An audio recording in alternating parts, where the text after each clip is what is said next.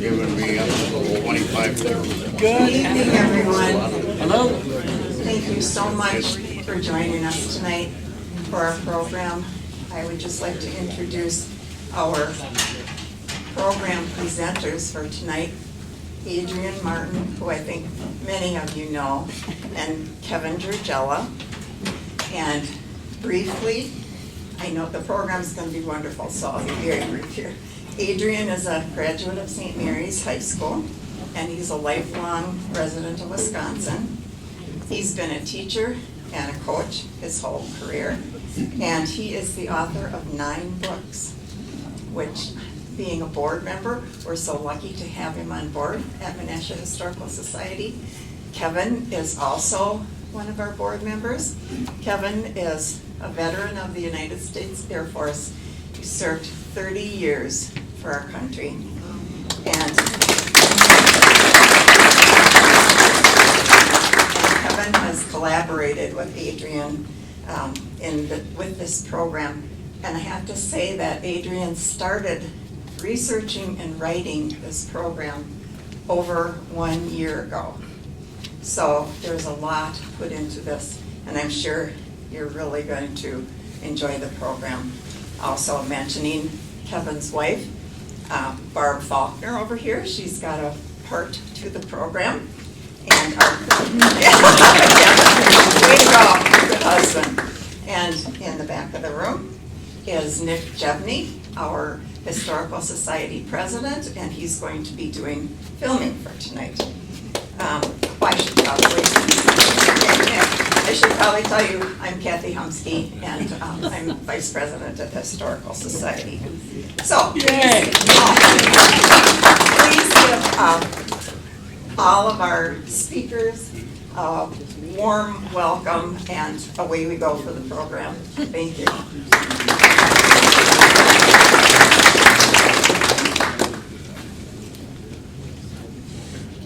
Today, April 9th, is National Prisoner of War Day, Recognition Day in the United States.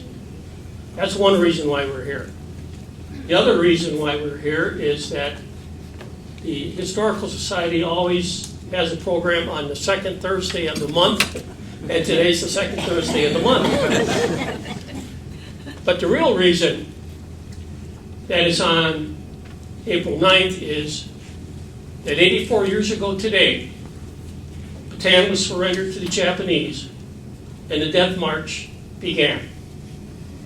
Kevin and Barb are going to be the voices of prisoners of war from the past. Now, it was mentioned that Kevin is a veteran. I am not a veteran. Well, what's my connection to the prisoners of war? Since 1984, I've been a member of the American Defenders of Bataan and Corregidor. I am not a POW, but my uncle that I'm named after was a POW on Bataan. When I was born in 1944, he was just starting his 3rd year as a prisoner of war.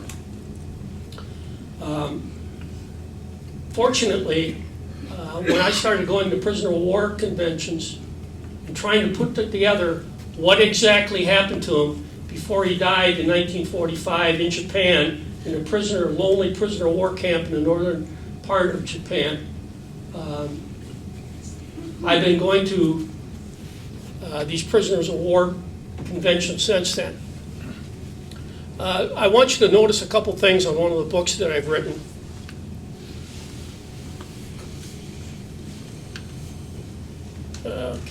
There we go, okay. This is a prisoner of war card that was sent to my grandparents from prison camp. The important thing to remember about prisoners of war is this was my grandparents' address before the war. Their address was different after the war. And a lot of times when they were trying to get a hold of families and send them information from prisoner of war camps, whether it was Germany or the Philippines, it wasn't delivered. And when that happens, people think the worst. Their loved one has passed away. The other thing I want to point out is that this information about where this card came from in the Philippines meant absolutely nothing to the families. On the backside, prisoners could indicate their health and how they were treated, and they would put an X by different categories. If you said your health was poor, and if you said that you're being treated poorly, what do you think the Japanese did with your POW card? It never got back to your family. There were some families that never got a prisoner of war card. And the third thing I want you to take a look at here is this is Christmas in Hanawa, Japan, my uncle's prisoner of war camp. The Red Cross has visited. So the Japanese set up a table with all kinds of food, took a bunch of pictures, and then left for another camp. Well, what do you think happened to all the food that was on the table? The prisoners never got it. This book is about the 27th Bombardment Group. It was a dive bomber group that got to the Philippines about 10 days before the war started. And their dive bombers are 10,000 miles in another convoy out in the Pacific. So what does MacArthur do with all these trained pilots and mechanics and armament people, about 1,200 of them? He gives them a gun, and he says, you guys are now infantry. About 21 of the pilots are able to sneak out before the fall of Bataan by small plane and by submarine to get to Australia and try to put those dive bombers together. They can't get back. All the refueling stops are in Japanese control. Well, you see that this is not a dive bomber. The cover is a B-25, and how these guys in Australia, POWs, got a hold of these dive bombers is a wonderful story. The book then goes back and forth between what these guys in Australia are doing and what their pilots and other members of the 27th Bombardment Group are doing in prison camp. Okay, April 9th is Prisoner Recognition Day. This picture right here is from the Simi Valley, California VFW Museum. And Kevin is going to tell us about this particular display. Kevin? Yeah. Thanks, Adrian. Good evening, everyone. You know, first of all, I just want to say thank you for coming out. It is a testimony to our community, isn't it? The character and patriotism I'm seeing on display here, it just warms my heart. I just want to say thank you very much for kind of fighting the parking lot, you know, and finding a spot, but thank you for coming out to honor these men. So I'm just going to kind of go off a little script, if you don't mind. In the United States military, at formal banquets, regardless of service branch, unit personnel will take a moment to recognize our country's POWs and MIAs. This tradition, I'm pleased to report, continues with our veterans organizations across the country, to include our local community, our local VFWs and American Legions. In fact, this POW table is from the Menasha VFW Post 2126. So Jim, thank you so much, and you and Roy. So Adrian and I thought it would be nice to take a moment to share the POW MIA table ceremony with you this evening. So I'll now read the script that many of our VFWs and American Legions use. Now just please remain seated. Before we begin our festivities this evening, I would like to recognize our POW MIAs, calling your attention to this small table, which occupies a place of honor near the front of the room. It is set for one, symbolizes the fact that members of our armed forces are missing from our ranks. They are referred to as POW MIAs. We call them brothers. They are unable to be with their loved ones and families tonight, so we join with them in this humble tribute. This table, set for one, is small, symbolizing the frailty of one prisoner alone against his oppressors. The tablecloth is white, symbolizing the purity of their intentions to respond to their country's call to arms. The single rose displayed in the vase reminds us of the families and friends of our missing brothers who keep faith while awaiting their return.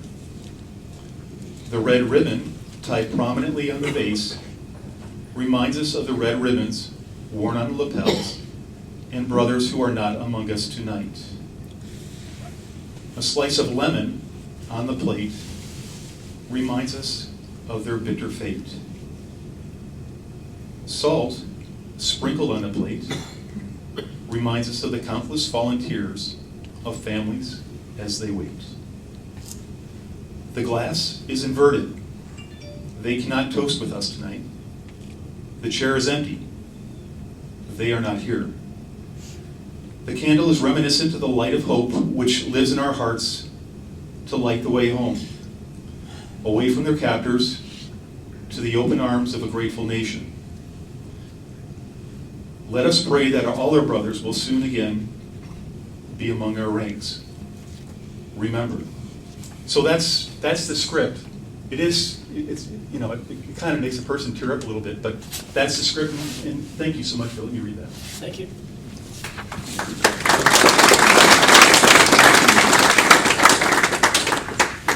Okay, let's learn about our World War I Menasha POWs. Louis Landskron. Louis Landskron grew up on Garfield Street in Dogtown. Now, those of you who aren't from Menasha will want to know, where is Dogtown? Dogtown was the neighborhood that's west of St. Pat's, west of the Washington Street plant of Marathon, west of the Chicago Northwestern tracks, and ends at Little Lake Butamore. Well, why was it called Dogtown? In 1890, the owner of the Woodenware, Elijah D. Smith, and we're in the Elijah D. Smith Library, built a lot of homes in this neighborhood for his workers. And after they were built, it seemed that all the families had a dog. And so that neighborhood became known as Dogtown. Now, I have no idea how Landskron became a POW, but I do know that his neighborhood, Dogtown, sent 33 young men to fight in World War I. Most of the POWs in World War I were British and French POWs. There are only a few American POWs. Now, if you look at the top, it says, these are the guys from Libertyville. Well, Mayor Rummel hated the term Dogtown. And he said, we're going to rename it Libertyville. And we're going to construct a monument to all these 33 guys from this relatively small neighborhood who went off to World War I.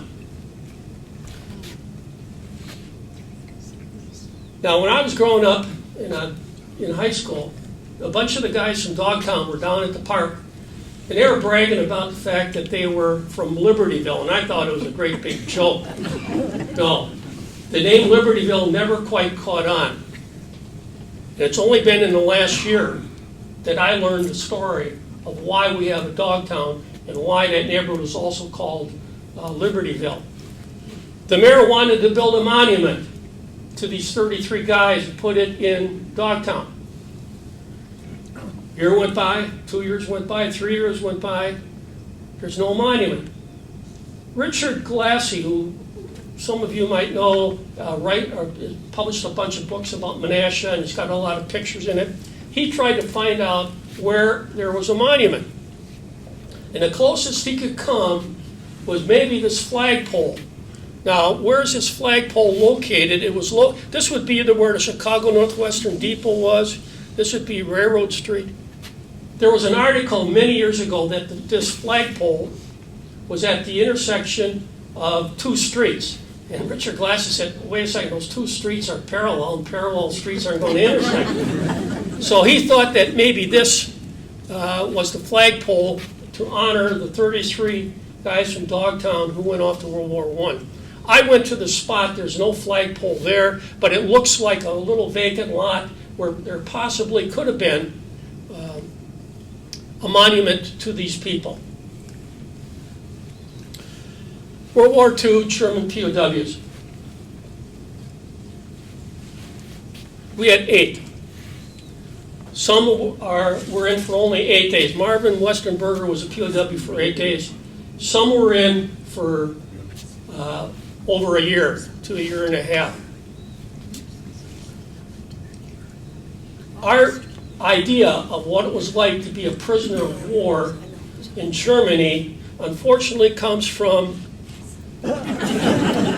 Hogan's Heroes, Sergeant Schultz, Colonel Klink, and the POWs basically ran that camp, right?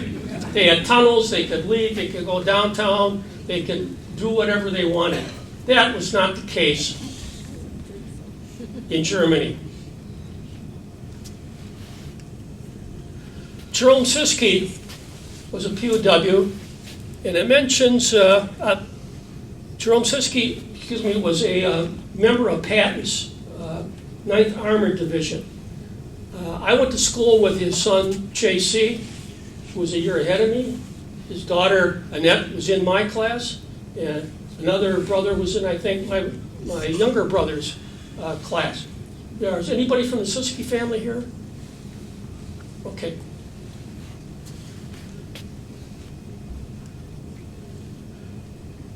Private Shulman, he was a prisoner of war, and it mentions here that he was in the Italian front.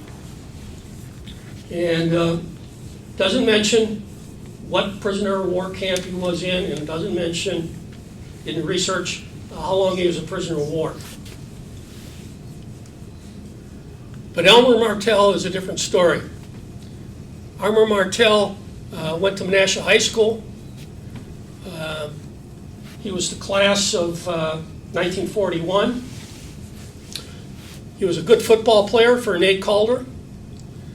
It mentions here that he was in the 101st Airborne Division. He was not in the 101st Airborne Division. He was in the 82nd Airborne Division. Now, some of you who've been in the military, you know that sometimes all these designations get goofed up, and it was really goofed up during World War II. Elmer Martell participated in D-Day. The 82nd Division was going to parachute at night on D-Day, well behind the German lines. The plane that he's in circles way out over the Atlantic and comes in well to the right of Omaha Beach. The problem was the green light saying jump didn't go off. The other planes, those guys jumped. Elmer Martell's plane circles back out towards the Atlantic, comes back in, the green light works, they jump. You know, they're jumping in the dark. They land, they have absolutely no idea where they are. Their job for the 82nd Airborne was going to be to secure some bridges along the way. So they fold up, he and his partner fold up their parachutes, and they're waiting for the sun to come up. They notice there's a cemetery, and there's a church there. And they see some German guys going by in a Jeep that don't seem too concerned about the fact that it's D-Day. So they're thinking, boy, we really must be behind the enemy lines. So he takes out his little dictionary. They gave him a French-English dictionary, and he's going to walk across the cemetery to the church and talk to the priest. Where the heck are we? Well, in going across the cemetery, they get captured. Within 24 hours of D-Day, Elmer Martell is a prisoner of war. And of course, it's early in D-Day, and the Germans want to know exactly what's going on. So Martell had a kind of a funny story about his interrogation. I was interrogated several times. You are supposed to give them your name, rank, and serial number. I didn't really know anything about the invasion, which was an advantage. I wasn't Eisenhower. I told him I was a farmer, and I didn't have any information to give. Sometimes it helps if you don't know too much or act like you don't. Martell is eventually moved to Limburg, prisoner of war camp. And I know what some of you are thinking. Is this where Limburger cheese comes from? No, that comes from Belgium. Anyway, he's in Limburg for a while, and then eventually he gets moved to a lot of other prisoner of war camps. The last one he's at is going to be near Poland. And it's towards the end of the war. And the prisoners know that the war is winding down. They can hear the Russians coming. And he's going to be liberated, and the guards take off. The German guards take off. And here's what they told Martel. We could hear the Russian artillery, so we knew the war was winding down. We were about 40 miles from Berlin when the German guards decided to leave the area without us.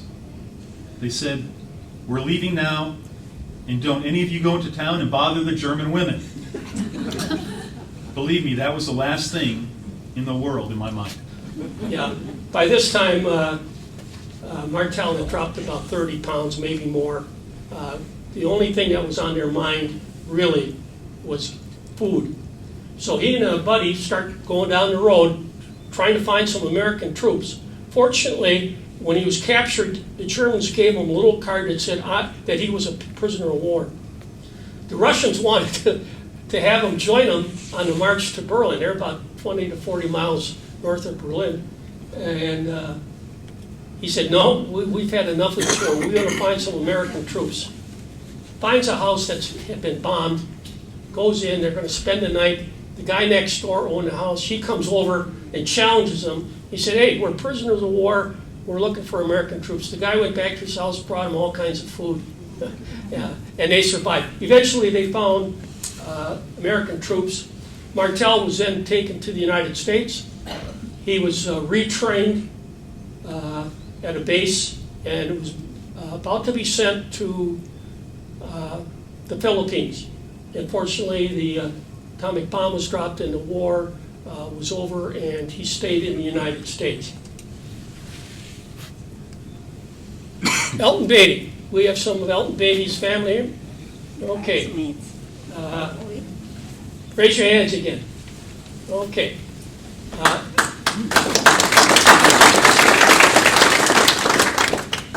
Elton was a 1933 grad of Menasha High School.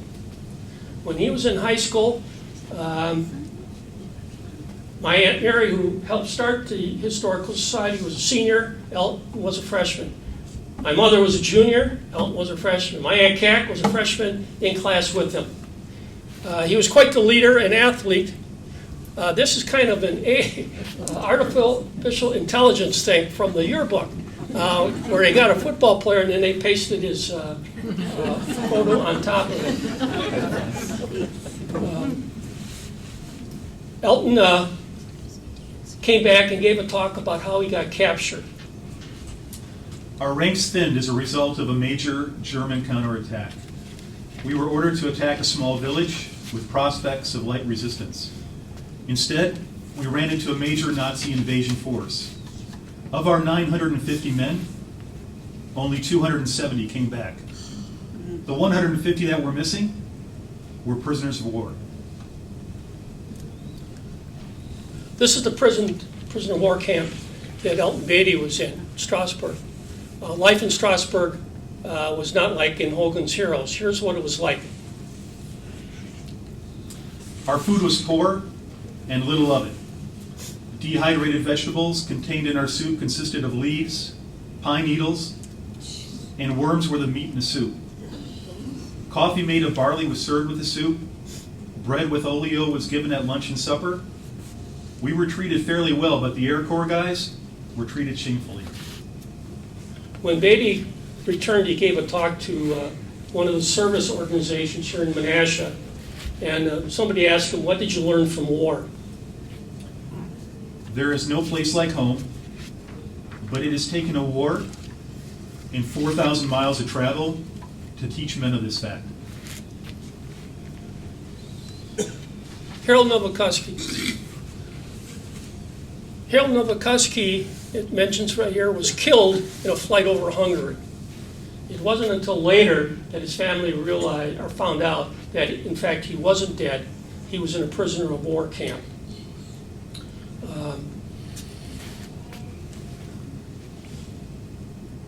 Some of you might remember the football talk I got. The Nowakoski family in the 20s, 30s, and 40s was a fairly prominent family in Menasha. Lived on Appleton Street.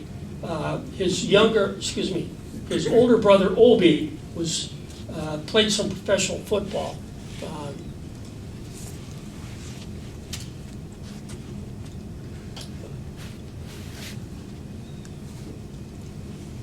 Here's the prisoner of war camp that he was in. Hungary, where his plane crashed, would be over in this area right here. This is well southeast of Germany, unlike some of the other prisoner of war camps that we've talked about. Here's how he described POW life. After my capture, I was shipped with 60 other men in a boxcar to a camp that already had 2,000 prisoners near the Oder River. We were fenced in by barbed wire, manned by guards and towers with machine guns. Ferocious dogs were used on anyone trying to escape. We were fed 1 meal a day of sickening soup. We were fed about 2 pounds of food a week. I lost 50 pounds. We were allowed a 3-minute bath once a month. They tried to break us down physically and mentally. They told us our folks back home had forsaken us. But we didn't believe in that. The Red Cross was in a process all during the war of shipping some food and other things to these prisoners. Nowakoski mentioned in his talk that Germans actually took those Red Cross packages for themselves. Here's how he knew that the war was winding down. We knew the Russians were coming. The sound of a Russian machine gun was different than a German machine gun, so we knew help was on the way.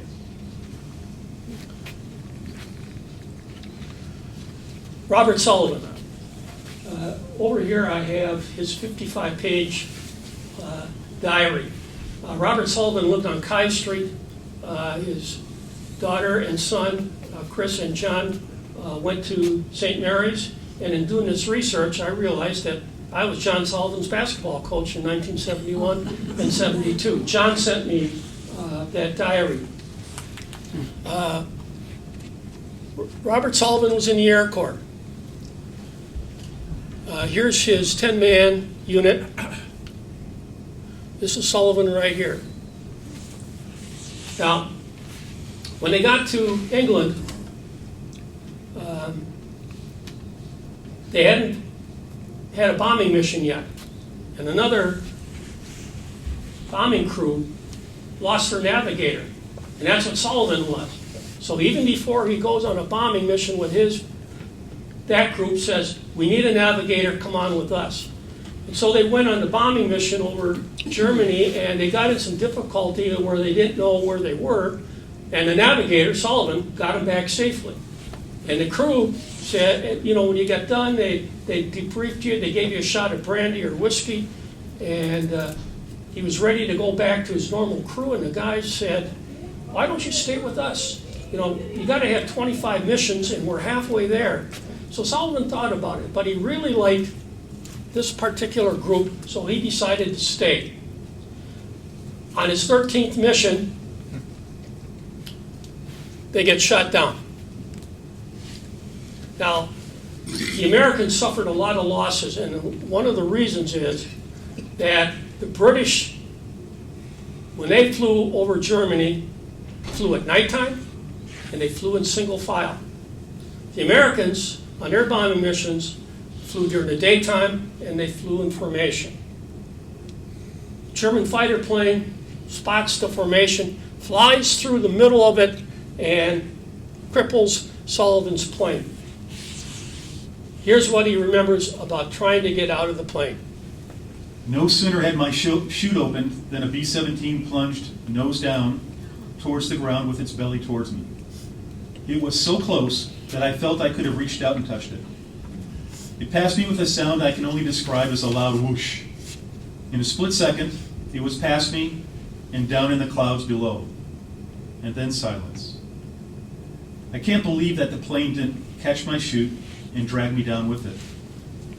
That was really a surrealistic dream. This can't be happening to me. Only 3 of this crew will survive the plane crash.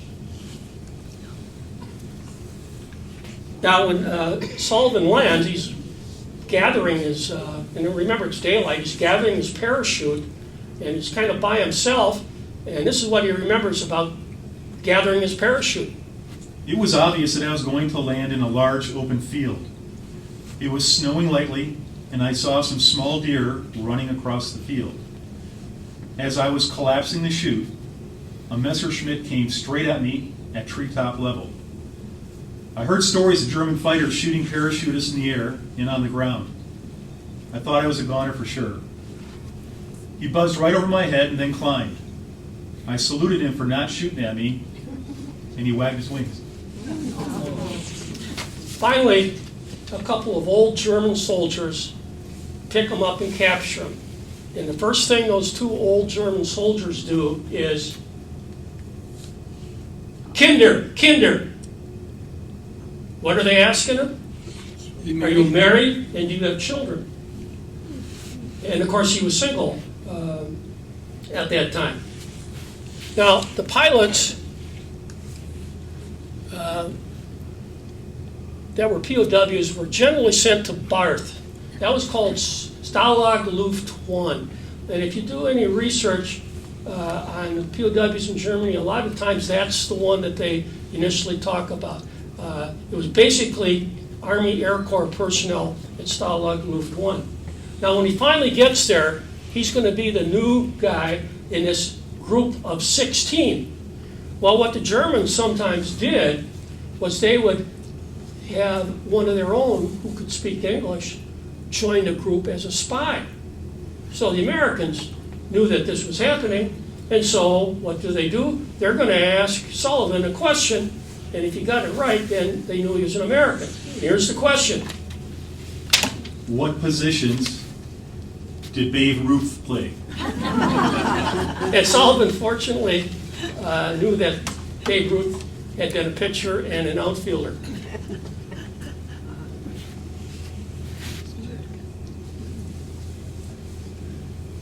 Now, here are some pictures. I want you to note the guard tower over here on Stalag Luft 1.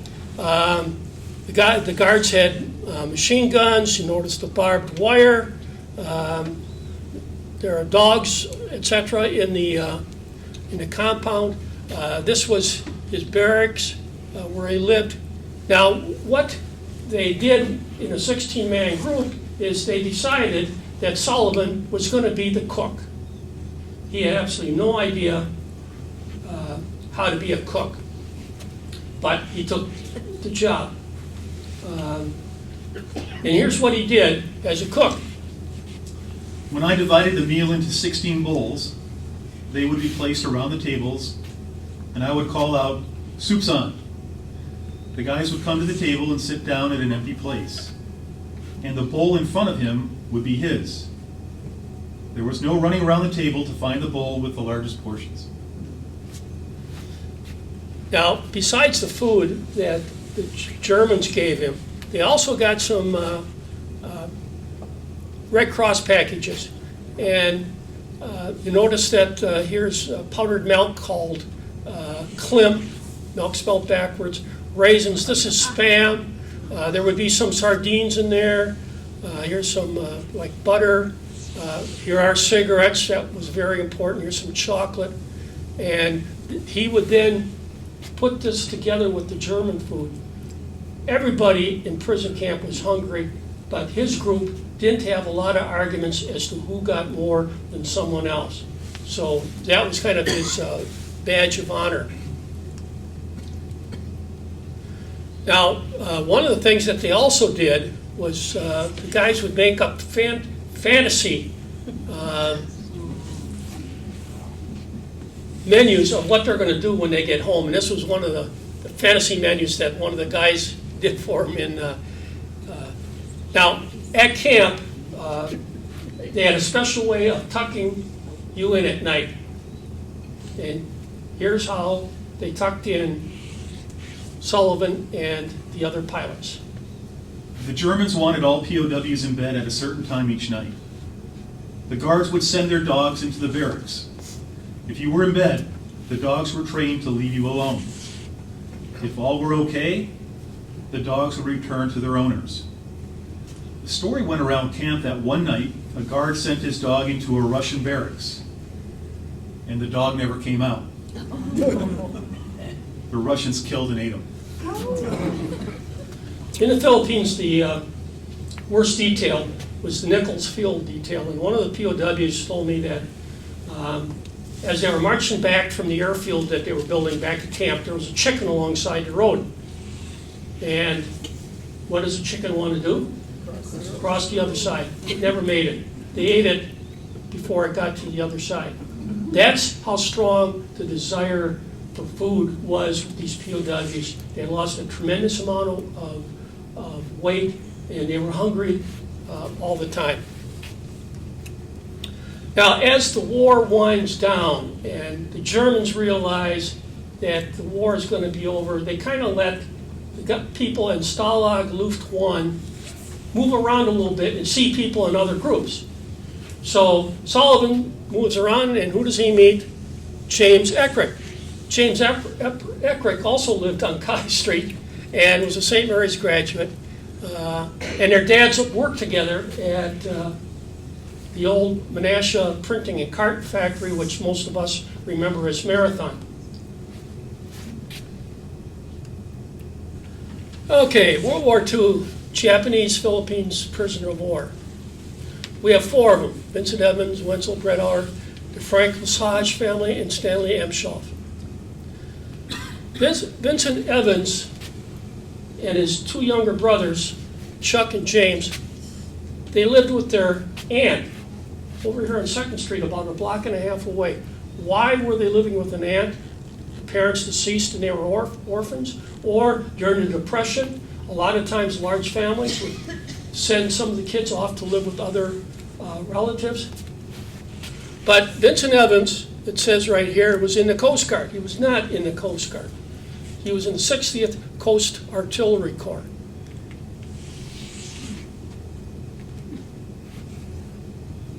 Now it mentions that he had passed away in prison camp on January 13th, 1943.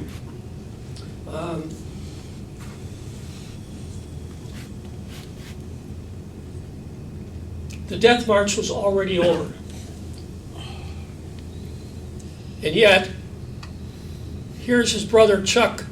Some of you will remember Chuck was a Menasha police officer. Here's Chuck's obituary.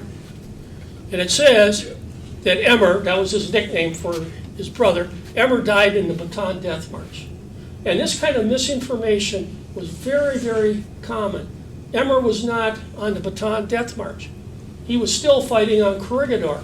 By the time Corregidor is surrendered, the Death March on Bataan is already over.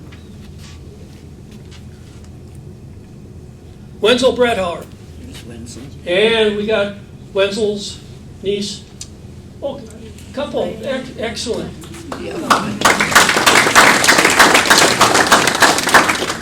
Rose and I grew up in the same neighborhood of Menasha. We went to St. Mary's together. She was a year behind me. If you take a look at the information here, Wenzel left Menasha and was in the Navy. He left in 1924. And he served with the Navy until 1938 and was on Corregidor. Now, the thing about Corregidor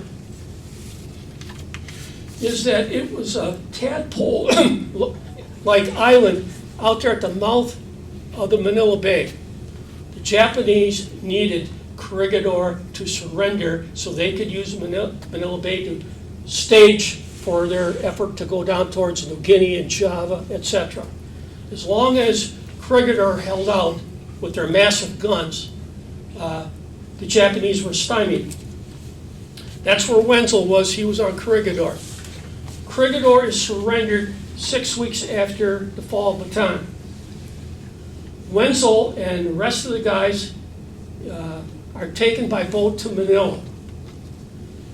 Some of them are put on a train and sent to a new prisoner of war camp called Cabanatuan, where they will be joined by the guys that were on Bataan.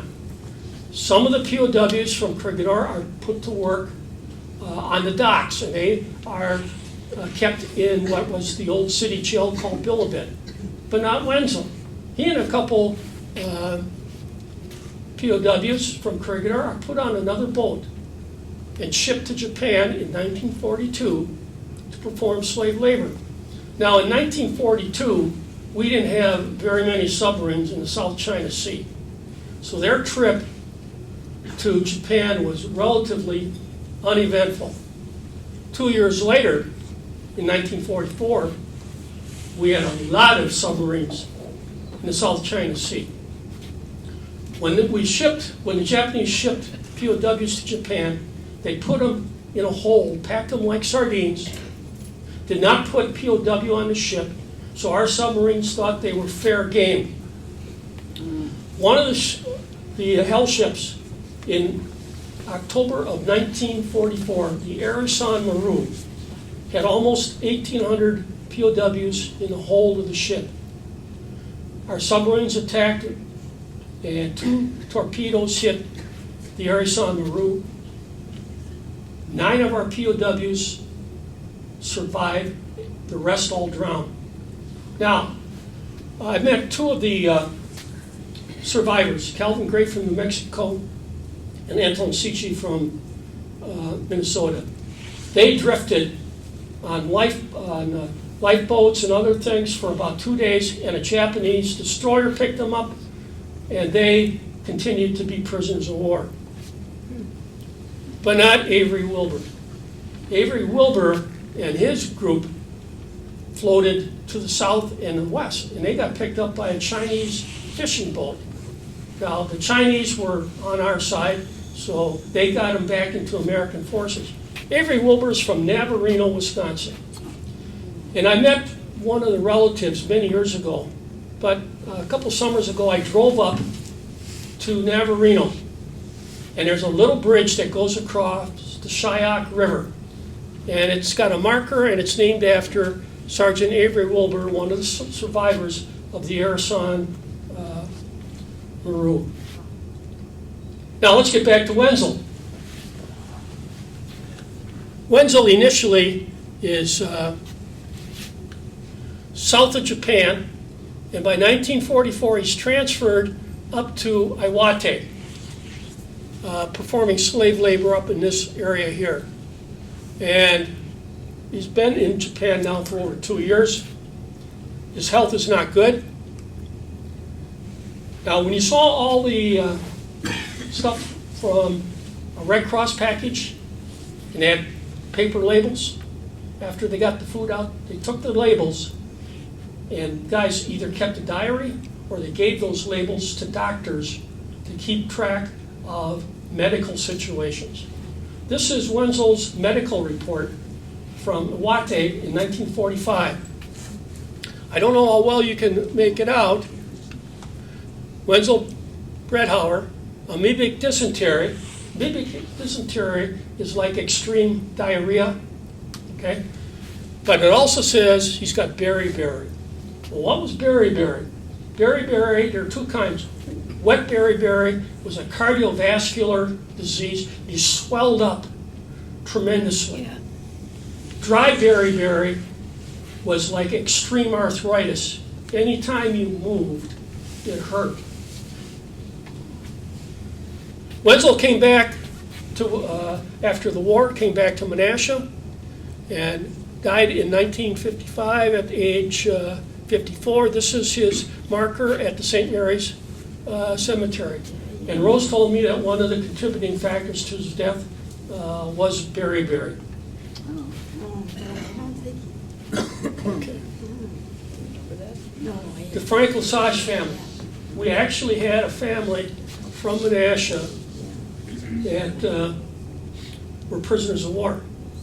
Frank Lesage was born around 1890. His family lived, according to city directory, on the corner of Paris and De Pere Street, a couple blocks this way. The 1924 directory, though, said, did not mention Frank Lesage. And talking to a relative of his, he said this guy was full of adventure. And remember, in the 1920s, because of the Spanish-American War, we basically owned the Philippines. And there was a lot of opportunity for adventurous young people to go there. And Frank Lesage owned a coconut plantation.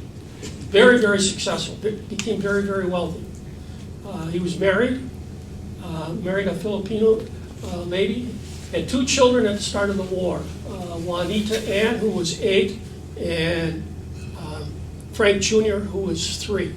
Shortly after Frank Jr. Was born, his wife died of tuberculosis. So he was engaged in 1941 to a Ruth Atwell. Ruth Atwell was a Seventh-day Adventist missionary and teacher. She had been in the Philippines for about 20 years, and they were engaged to get married on Christmas Day of 1941. Well, what happened? The war broke out. The plantation that he had was about 250 miles south of Manila. The Japanese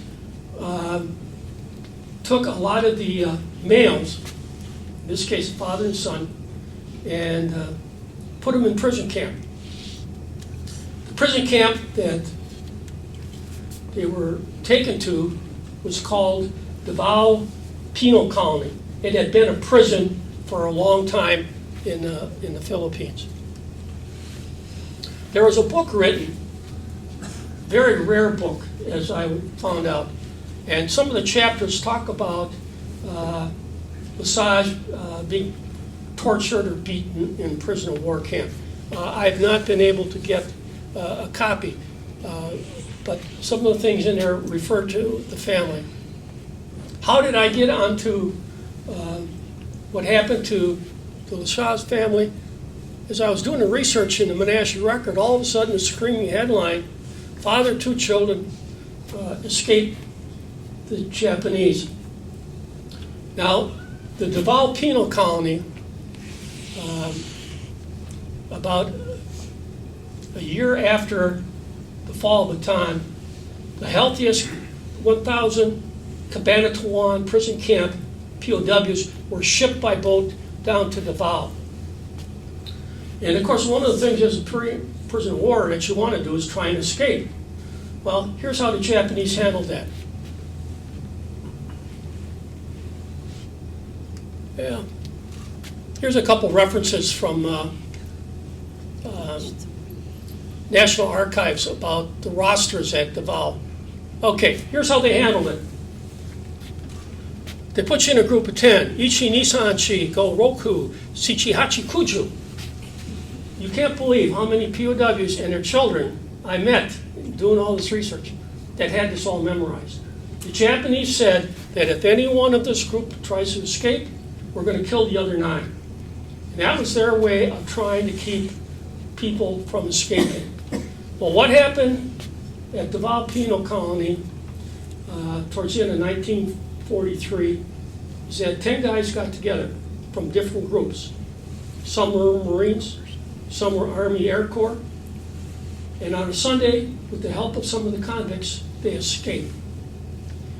And eventually, after going through jungles, the Japanese had a hard time going through jungles looking for people. They were picked up by our guerrilla forces, and 3 of the guys eventually are going to be removed by submarine. One of them, William Dias, who's a fighter pilot. Those 3 make it to Australia.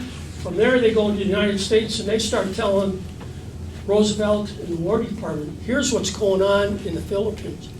People back home had absolutely no idea about the Death March. They had no idea about what was going on in the prison camp. Well, remember, we had a commitment to win first in Europe. And so they tried to suppress what Dias had reported. Dias's father was pretty powerful. And he got the Chicago Tribune to publish the report of what was going on in the Philippines, how our POWs were treated. And that, of course, got everybody in the country excited about, we got to start spending some money, sending troops and arms over to the Philippines. Well, eventually, Frank Lesage is going to be moved, as well as a bunch of prisoners, out of Davao, transported back up to Manila, and he's going to be put with his son in Santa Tomas College, prisoner of war camp. Here's a reference to Juanita. What happened was that the bride-to-be took Juanita and lived in a compound not far from Davao and took care of her with a couple other Seventh-day Adventist families. When Raymond and his son are going to be transferred to Santa Tomas, they are going to follow. And here's what Ruth said about that transfer. Raymond and Junior were interned in Mindanao, spending most of their time at Davao. The people in this camp were finally brought to Santo Tomas, arriving on January 2nd, 1944. When we were certain that neither of them could get out of camp, I applied for permission for Anne and myself to come into the camp, which was granted in June. So you can imagine they're free, but they decide to become POWs. And they get into camp, and they're searching for Ray and Junior. Now, they separated the men from the women in camps. That was the Japanese way of doing it. And yet, in 1944, the doctors at Santa Tomas delivered 6 babies. Okay, well, Ruth and Juanita Ann eventually find Ray and Junior, and here was their condition. I found Ray sick in the hospital with dysentery, and Junior in the children's hospital with a malarial infection and cerebral malaria. 2 nights before we came in, Junior's temperature was 107. Raymond had gone down from 212 pounds to 123 pounds. I was allowed to bring in considerable amount of food. Now, here's kind of the living conditions. This is, remember, like a college dormitory. We also had some huts right here. And here are some of the men cooking rice. And what they allowed the little kids to do was, after the rice was taken out, there'd be some charred rice at the bottom or along the edge, and the kids could come in and grab some of that charred rice. Believe it or not, in the prison camps, when a guy had amoebic dysentery, what do you think the doctors prescribed to help with amoebic dysentery? The charred, burned rice. After a while, she starts running out of the food that she brought in. Here's what the conditions. The day finally came when our last food reserves were gone, and the chow line supplied by the Japanese was down to 700 calories, mostly starch. We had a bit of a garden, supplying native greens, eggplant, okra, and beans. So life was pretty tough. So what do they decide to do? They decide to get married. Here's the wedding in prisoner of war camp. Our wedding took place September 14th, 1944. About 25 of us were present. We thought our release would come sooner, so we spread ourselves to serve punch and cake. The 2 eggs used for the wedding cake and icing cost $8 of good American money. I had my wedding clothes, so I thought we might as well have a real wedding, and we are glad we did, just like we did and when we did. Now, as we're getting into 1944, the end of 1944, people in the Philippines know that MacArthur and the Army are coming. They're island hopping, and the Japanese know it too. When there's finally liberation and the prisoners at Bataan, at Santa Tomas are starting to get some real American food, it's very hard for them to eat it. Now, when Ruth gives her description of eating American food, listen carefully to the last sentence. My tummy can't take care of even planned meals of good American meals. after 2.5 years without milk. It does not seem to digest. These American soldiers seem like emissaries from heaven, and I guess they are. If they had not made that forced march in tanks, we all should probably have been gone before they arrived. We all should probably be gone before they arrived. The Japanese had a kill-all order. There's debate as to how official that was, but the prisoners know it, that the Japanese were not going to allow any of the prisoners to live. On the island of Palawan, they tried to execute all of the prisoners on Palawan, and about 6 survived that execution. At Santo Tomas, they did take some of the POWs outside and execute them. And then the Japanese took off. Eating American food became very, very difficult for the prisoners. In Japan, like where Wenzel was, they dropped down food and medicine in parachutes. And the doctors would tell them, take it easy, your system isn't ready for this kind of food. Well, what do you think the prisoners who were starved for 3.5 years are going to do? They ate as fast as they could, and of course they then had issues, the food coming out on 2 different parts of the body. And the doctors and the prisoners said that was fine. They started eating all over again.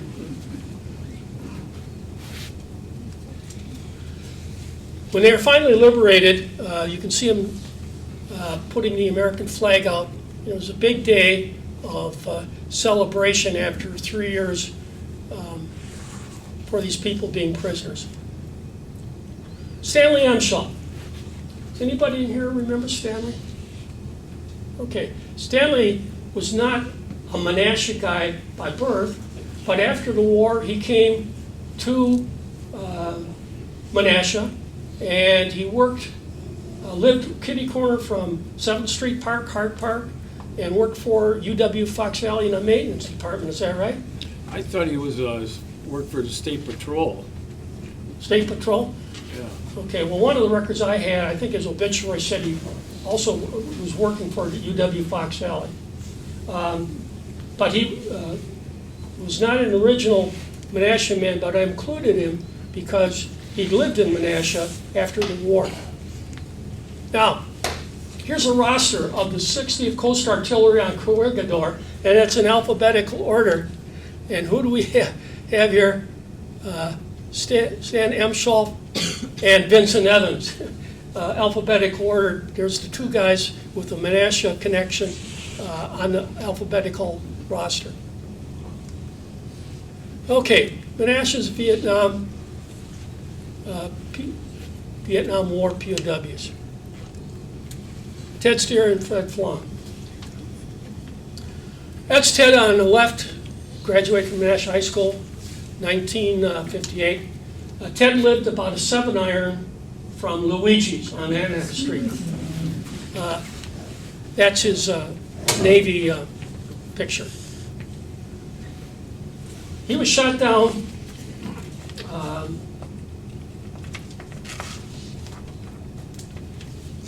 in 1967. He was a radar interception officer in the Navy F-4. He spent over 120 days as a prisoner of war. When he came back home, somebody asked him, what is it like now that you're home? And here's what he said about being home. In prison, I had dreams of home. Now, at home, I have dreams of prison.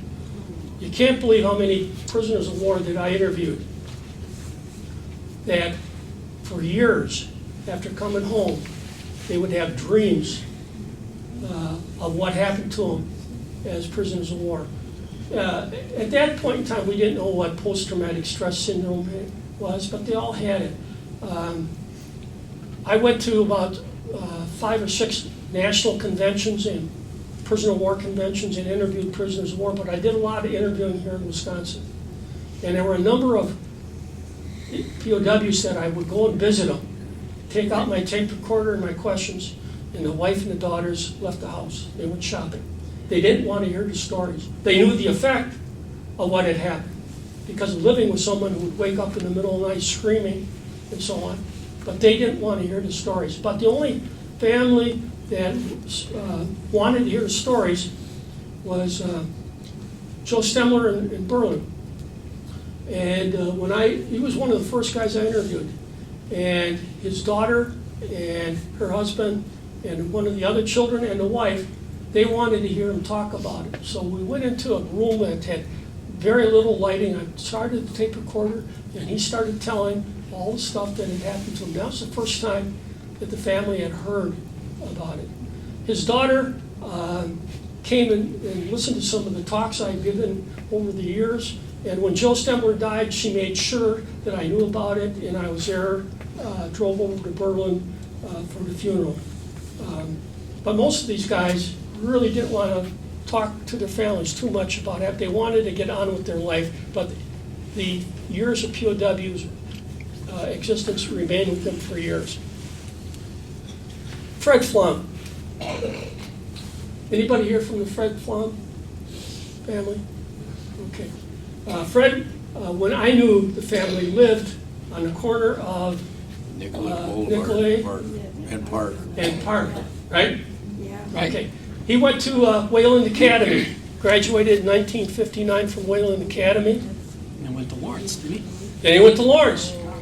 And he was a member of their Hall of Fame. He was a extremely good football player. He lettered also in basketball and lettered also in tennis. He married his college sweetheart, Ginny McKee.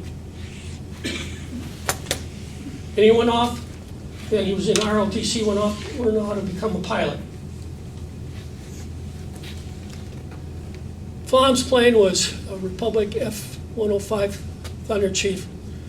He was shot down on his 80th mission in August of 1966. He doesn't remember too much about it, but this is what he does remember. I apparently had amnesia, and I remember nothing about the event. The first thing I remember was waking up in Heartbreak Hotel, cell number 1, in a body cast from my waist up. The heat was unbearable, and I was starving. I prayed, "Oh God, will I ever see my wife and family again?" His first weeks and months as a prisoner were in isolation. And the Vietnamese, of course, wanted something from him too. I was truly afraid for my life that first month. What the Vietnamese wanted was confessions. I would not give them that. I was then beaten. Finally, I wrote on paper that I was sorry that I bombed North Vietnam, and I would never do that again. And Flom also talked about his loneliness of being isolated in a cell. The feeling of loneliness and fear that you are totally alone. I did not have the ability to talk to another POW for over 6 months. All I had was a mat, a mosquito net, a blanket, a cup and water jug, and a bucket for a toilet. I got 2 meals a day of rice, water, grass soup, and pumpkin. Flom was moved to a couple different POW camps initially, and there was a unique way that he finally was able to communicate to other POWs. I guess I'll stand up for this. So, many men and women in the military, if they have to go into combat and there's potential for getting shot down or being captured, they have to learn something called a TAP code. That's been around forever. If you go to escape and evasion courses, you're taught it by instructors in the military. I know I was taught it. I know at least Dave was, and probably some of you know the TAP code. It's got to be pretty easy because we're all military men and women. But if you think about, when you taught your kids the multiplication tables, like fives, just a piece of paper with a blank square in the top, 1 through 5 on top, 1 through 5 on the side, and then all the letters are represented. A, B, C, D, E, F, G, all the way across, 5 rows. Now the C and the K sound pretty much the same, so they were the same. It was nice and easy. It sounds really complicated, but when you have time, and all they had was time, you could figure it out. And these men got pretty adept at the tap code, because if you were caught talking, I mean, that was punishment. So they would figure out all sorts of different ways to tap messages to each other. They would tap on pipes, they would tap on windows, they would tap on walls, they would tap on each other, on each other's legs if they were in close proximity to each other.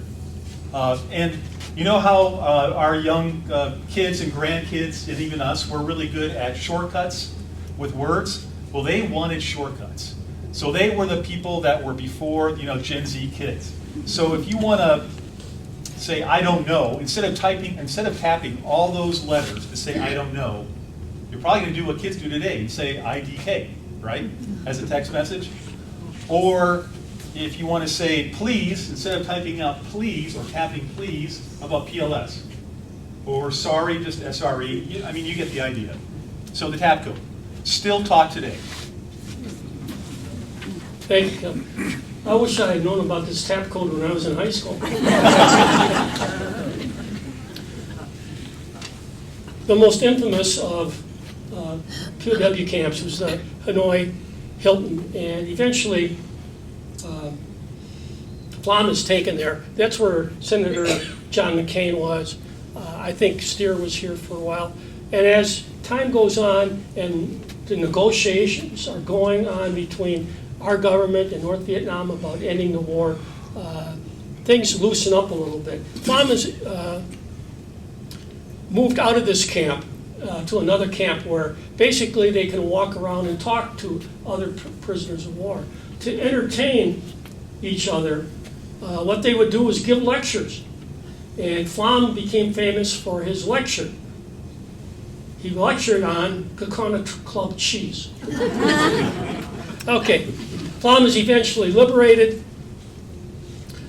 Here he is at the, after 6 years, meeting his family. This is the first time that he met his son. And his wife. And that's his wife.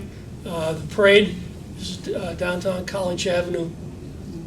Flom, after he settles down, moves to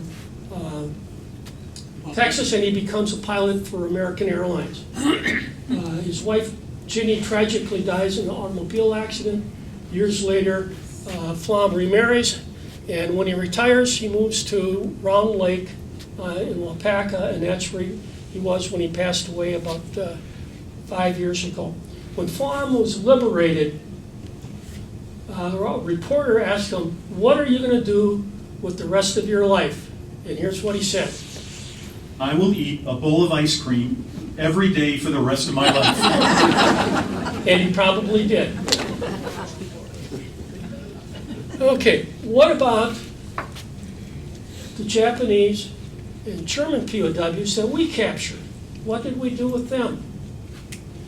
Worked the fields. We brought them here to Wisconsin.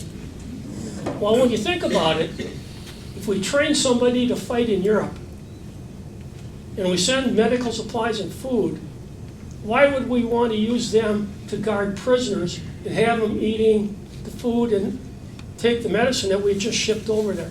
And so, German and Japanese prisoners were brought here to the United States. Here in Wisconsin, we had a whole bunch of camps. Camp McCoy is where we put the Japanese, because the Japanese were willing to fight until their death. They were willing to commit suicide, and so on. So we kept them under guard. You notice that there are 3 camps nearby: Hortonville, Appleton, and Chilton.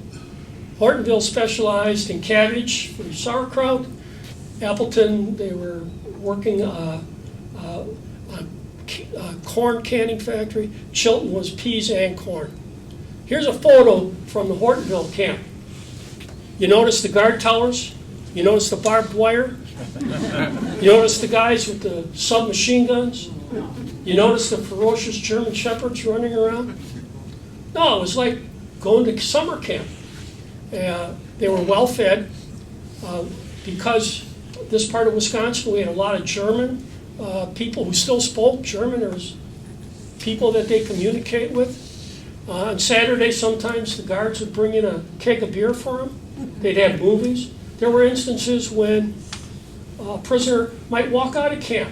There was nothing to stop him, go downtown on a Saturday night, have a couple beers, listen to the music or a polk or something like that, and come back to camp. There were a lot of prisoners of war that went through the system to stay here in Wisconsin after the war was over.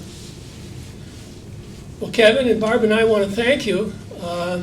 You've been a great audience. I know that there's going to be a question that comes up, and we're going to answer that before you ask it.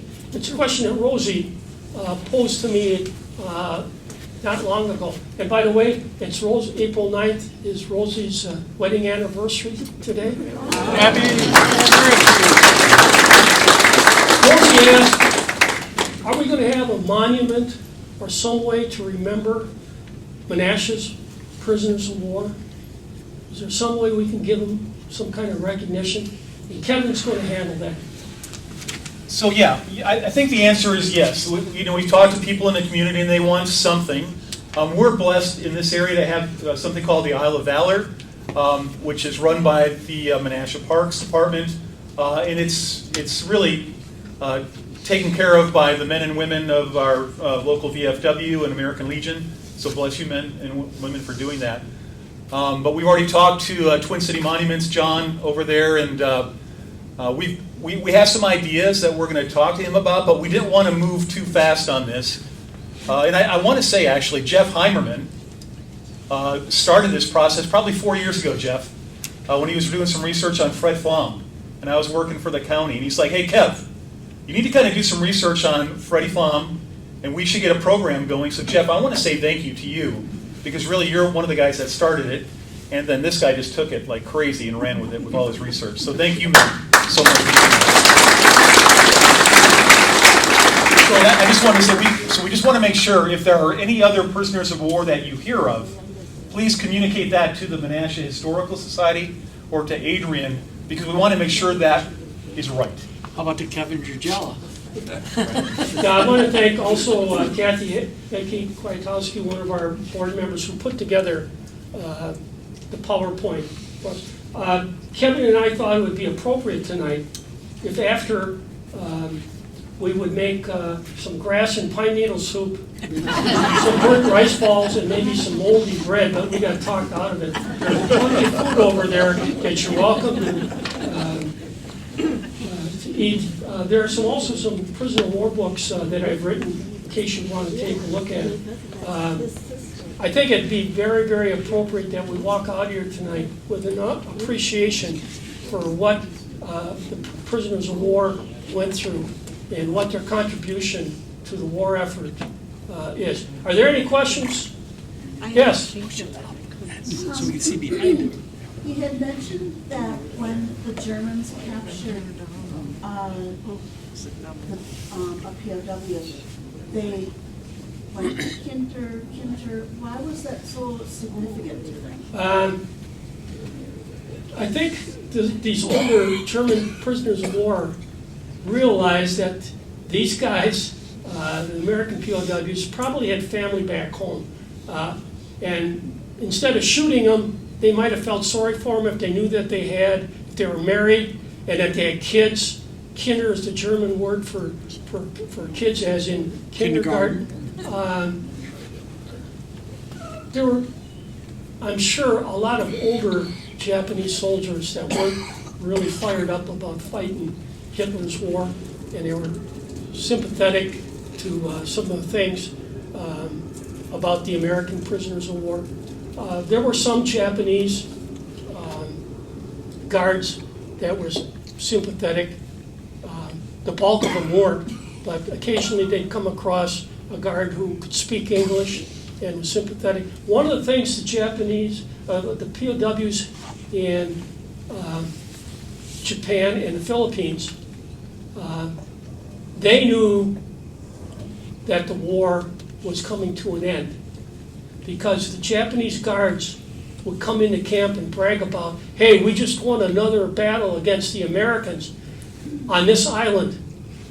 All those islands were getting closer and closer to Japan. Okay, they knew the Americans were coming. It was a matter of holding on.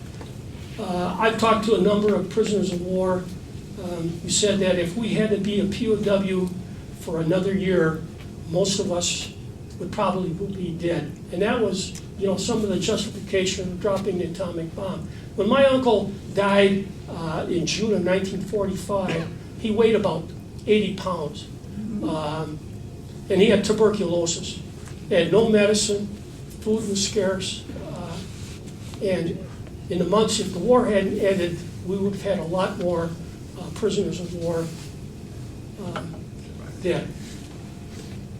This is Menasha's Company E. But this would have been not in World War I or II, I don't think. Company E, this room is for the Yeah. soldiers from Menasha and the area in World War I. I don't know if those guys from Dogtown, those 33 guys, were part of Company E. It didn't. The newspapers didn't tell us that information. Any other questions? You've been a great audience. I know a lot of my former students would say anybody who can listen to Martin talk for an hour and 15 minutes should be rewarded. So help yourself to food.